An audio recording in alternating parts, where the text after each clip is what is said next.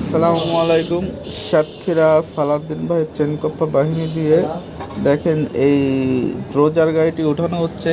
গাড়িটি 2 দিন যাবৎ পড়ে আছে।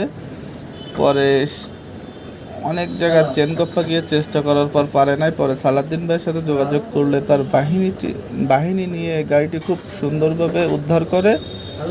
তো এরম দুর্ঘটনায় কবলিত যে কোনো যানবাহন আমরা খুবই দক্ষতার সাথে উঠিয়ে থাকি। আমাদের স্ক্রিনে নাম্বার দেওয়া থাকবে, আপনারা সেই নাম্বারে যোগাযোগ করতে পারেন। আমাদের যোগাযোগ নাম্বারে যোগাযোগ করলে আমরা কাজগুলো খুব সুন্দরভাবে করে দিই। আমরা বাংলাদেশের সব জেলায় গিয়েই কাজ করে থাকি। তো এখন সাতক্ষীরা জেলায় অনেকগুলা চেনকপ্পার পার্টি হয়েছে, ফেক পার্টি। তো এইসব ফেক পার্টি থেকে আপনারা একটু এড়িয়ে চলবেন, অযথাই বিভ্রান্তিতে পড়বেন না। ধন্যবাদ সবাই।